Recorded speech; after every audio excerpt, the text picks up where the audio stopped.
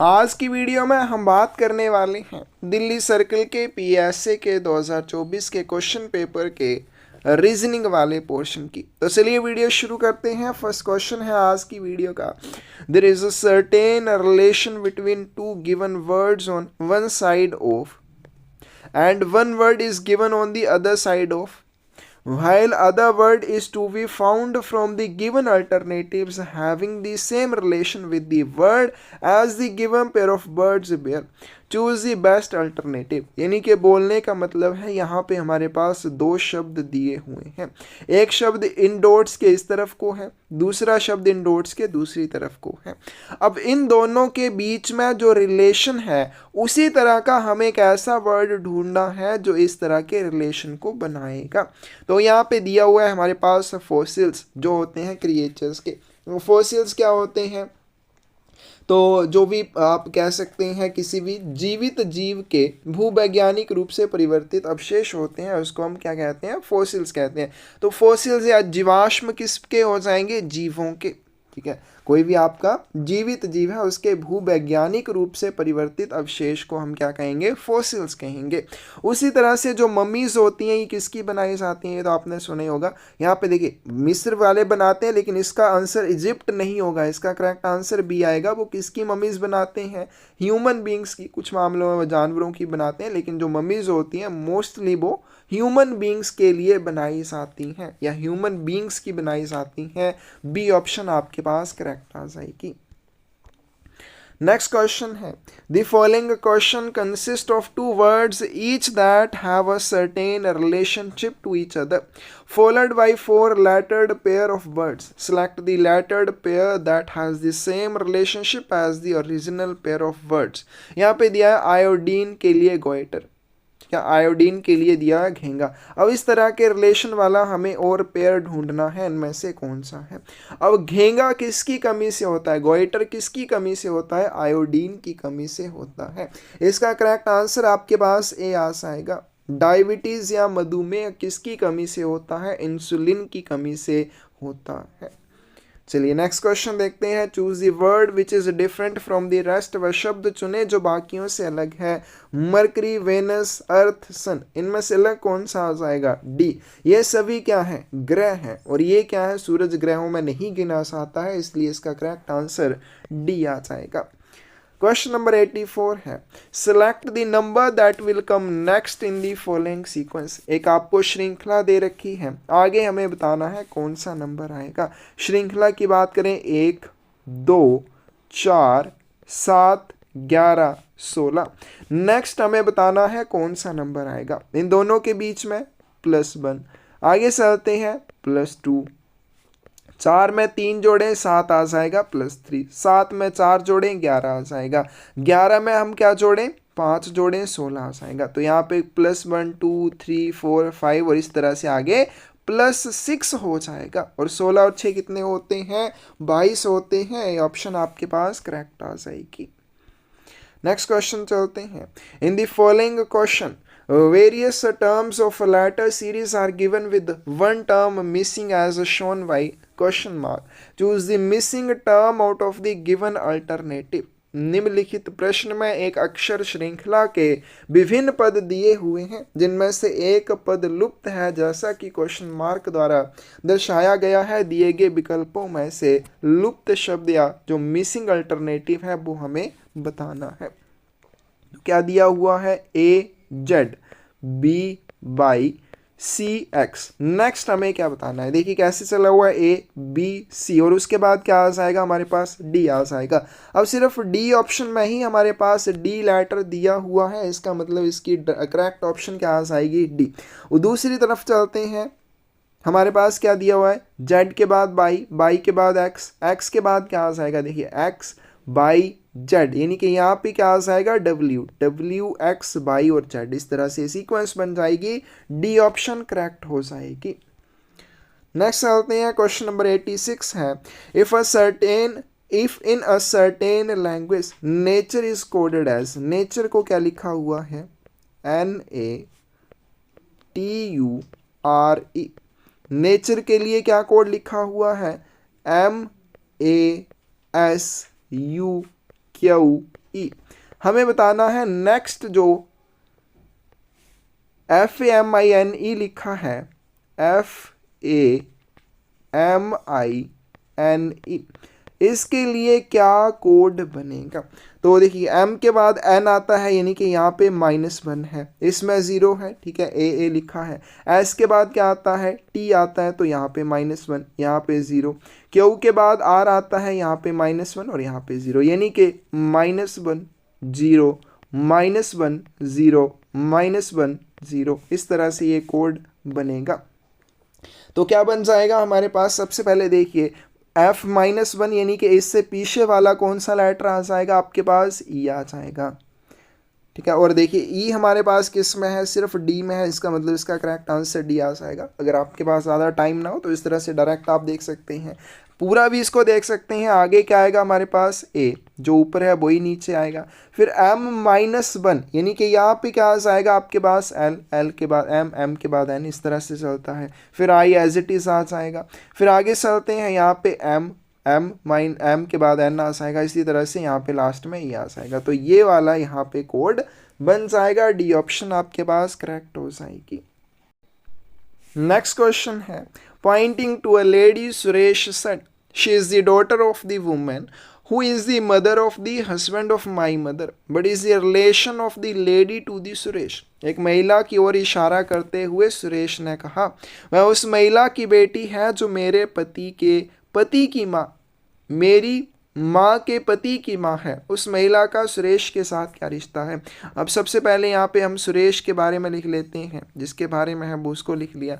अब सुरेश क्या बोलता है? वह उस महिला की बेटी है। यहाँ पे उसने अपने बारे में कुछ नहीं बोला, हमें कोई पता नहीं है कि रिलेशन क्या है।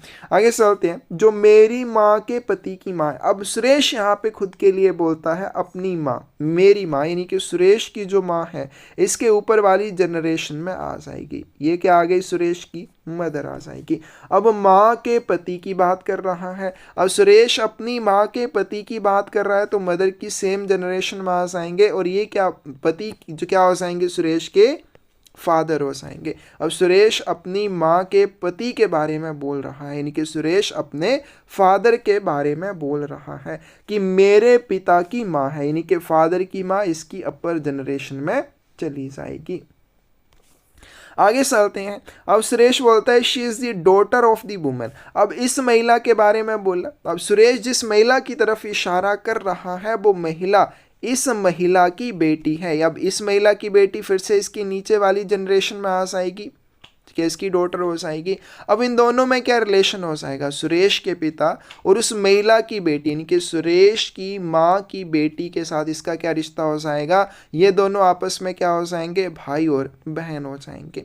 और अगर मैं अपने पिता की बात करूं, मेरे पिता की बहन मेरी क्या लगेगी? बुआ लगेगी, यानी कि आंट लगेगी। कौन सी ऑप्शन करेक्ट आ जाएगी? ए ऑप्शन करेक्ट आ जाएगी। क्वेश्चन को फिर से कर लेते हैं। सबसे पहले यहाँ पे सुरेश आ गया। सुरेश क्या बोलता है? सुरेश बोलता है मेरी माँ, यानी कि सुरेश अपनी माँ के बारे में बोलता है, उसकी मदर उसकी अपर जनरेशन में आ जाएगी।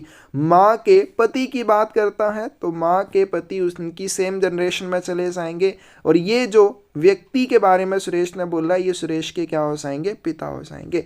आगे चलते हैं, आगे फिर से बोलता है पति की माँ, पति की माँ यानी कि उससे भी ऊपर वाली जनरेशन में चले जाएंगे। यहाँ पे पहुंच गई। अब सुरेश जिस महिला की तरफ इशारा कर रहा है वह महिला इस महिला की बेटी है, यानी कि इसके नीचे वाली जनरेशन में आ जाएगी।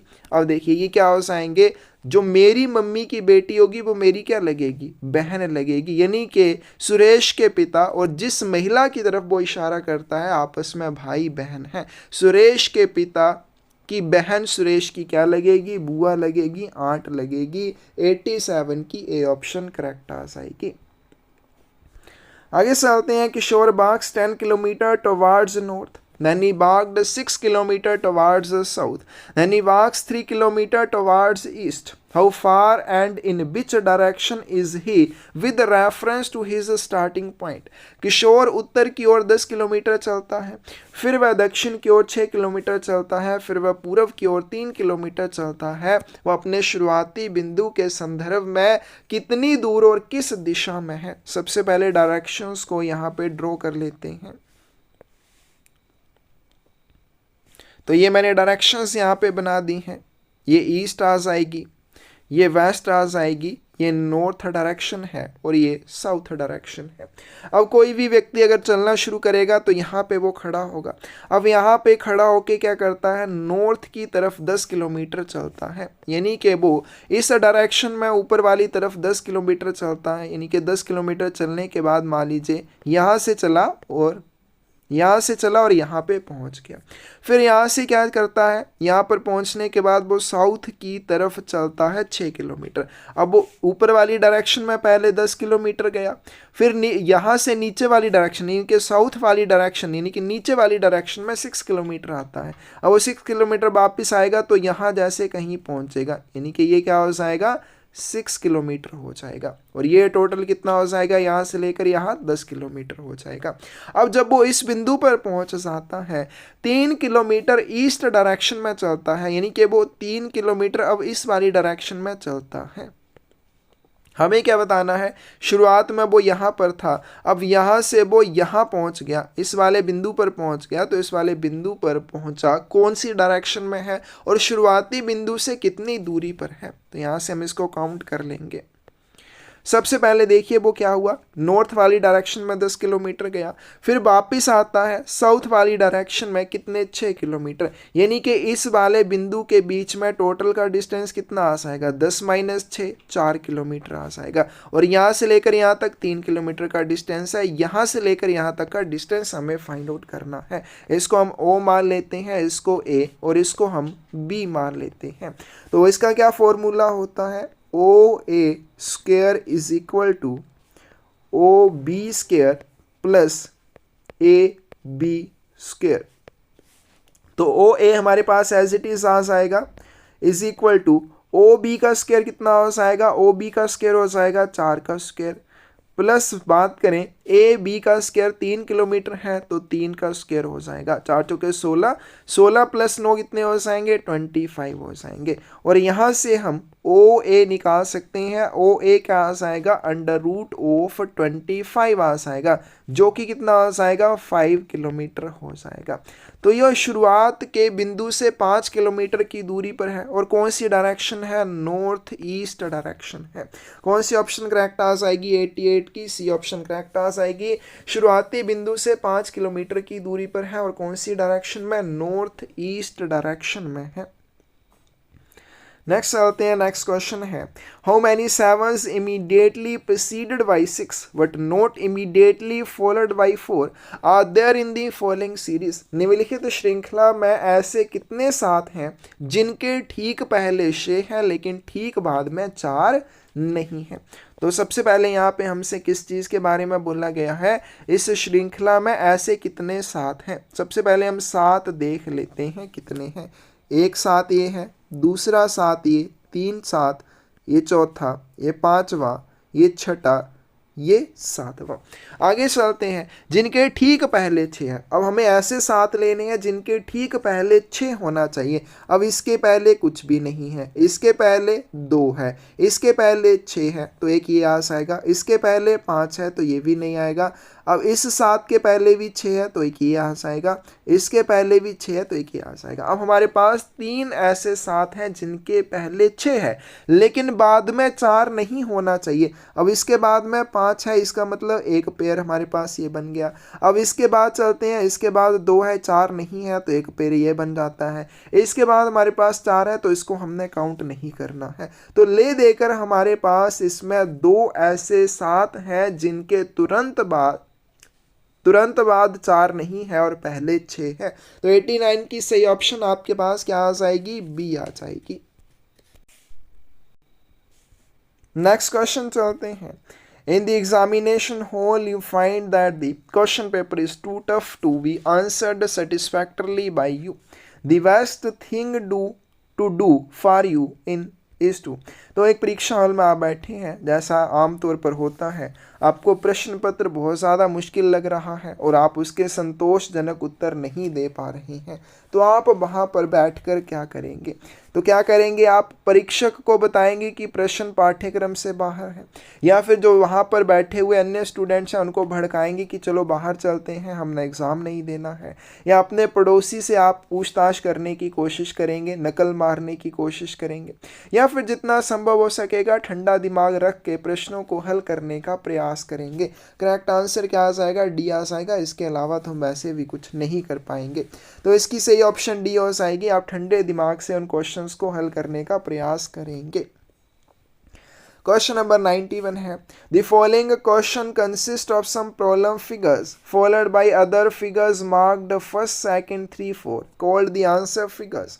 Find out the correct answer figure that should come next in the sequence of problem figure. अब यहाँ पे देखिए हमारे पास ये 4 डायग्राम्स दे रखी हैं, इनके नेक्स्ट हमें बताना है कौन सी डायग्राम आ जाएगी। तो अब अगर हम इनको ध्यान से देखें तो सबसे पहले देखिए, पहले वाले बॉक्स में पहली जो ये डायग्राम है, दूसरे वाले बॉक्स में भी ये डायग्राम एज इट इज है। चेंज कौन सी हुई? जो दूसरे नंबर वाली है उसको चेंज किया गया। अब तीसरे बॉक्स में चलते हैं। तीसरे बॉक्स में जो दूसरी वाली डायग्राम थी उसके साथ कोई छेड़छाड़ नहीं की गई, सिर्फ पहले वाली की डायरेक्शन चेंज की गई। आगे वाले बॉक्स में चलते हैं, पहले वाली के साथ कोई छेड़छाड़ नहीं की, दूसरे वाली की डायरेक्शन चेंज कर दी गई। अब क्या हो रहा है, सबसे पहले पहली वाली को एज इट इज रहने दिया गया, दूसरी वाली को चेंज किया गया। दूसरे बॉक्स में चले तो दूसरे वाली को क्या किया गया, सेम रहने दिया गया और पहले वाली को चेंज कर दिया गया। इसी तरह से फिर से यहाँ पे चलते हैं, पहले वाली को कोई चेंज नहीं किया गया, दूसरे वाली को चेंज कर दिया गया। अब नेक्स्ट जो बॉक्स आएगा उसमें सेकंड वाली को चेंज नहीं किया जाएगा, यानी कि इसी तरह की आगे फिगर नेक्स्ट वाले बॉक्स में आ जाएगी और यहाँ पे इसको चेंज किया जाएगा। अब देखिए हमें क्या करना है, हमें सेम इसी तरह की फिगर ढूंढनी है। कहाँ पे है? इसमें नहीं है, इसमें नहीं है, इसमें भी नहीं है। कहाँ पे है? डी वाले बॉक्स में है और पहले वाली फिगर को चेंज किया जाएगा तो इसको यहाँ पे इसकी डायरेक्शन चेंज कर दी गई है। करेक्ट आंसर क्या आ जाएगा? डी आ जाएगा। क्वेश्चन नंबर 92 है, the following question consist of some problem figures followed by other figures marked first, second, 3, 4 called the answer figures. Find out the correct answer figure that should come next in the sequence of problem figures. निम्नलिखित प्रश्न में कुछ समस्या आकृतियां दी गई हैं जिनके बाद 1, 2, 3, 4 से अंकित अन्य आकृतियां दी गई हैं जिन्हें उत्तर आकृतियां कहा जाता है। समस्या आकृतियों के अनुक्रम में अगली आने वाली सही उत्तर आकृति ज्ञात कीजिए। तो नेक्स्ट हमें बताना है क्या आ जाएगा। तो सबसे पहले यहाँ पे देखिए क्या किया गया है, सबको एक एक कदम बढ़ाया गया है। जो स्टार था अगले वाले बॉक्स में यहाँ पर आ गया, ये जो सर्कल है यहाँ पे चला गया और यहाँ पे जो क्रॉस का निशान है, सॉरी इनको उल्टी साइड को घुमाया गया है। क्या किया गया है, ये जो स्टार का निशान है इसको यहाँ पे ले गए, फिर उसके बाद यहाँ पे क्रॉस का निशान था उसको इस वाले कोने में ले आए, यानी कि इस वाली डायरेक्शन में, ठीक है, इस वाली डायरेक्शन में बढ़ाया जा रहा है। उसी तरह से यहाँ से चलते हैं, यहाँ पे ये जो है इसको इस वाली डायरेक्शन में लेके जाएंगे, यानी कि आपका स्टार यहाँ पे आ जाएगा। इसमें यहाँ पे स्टार है, यहाँ पे है, इसमें नहीं है, इसमें भी नहीं है, तो ये दोनों नहीं आएंगे। आगे चलते हैं, ये क्रॉस का निशान इस वाली जगह पे चला जाएगा, तो क्रॉस वाला निशान हमें यहाँ पे चाहिए। इसका मतलब 92 की सही ऑप्शन आपके पास क्या आ जाएगी? सी आ जाएगी।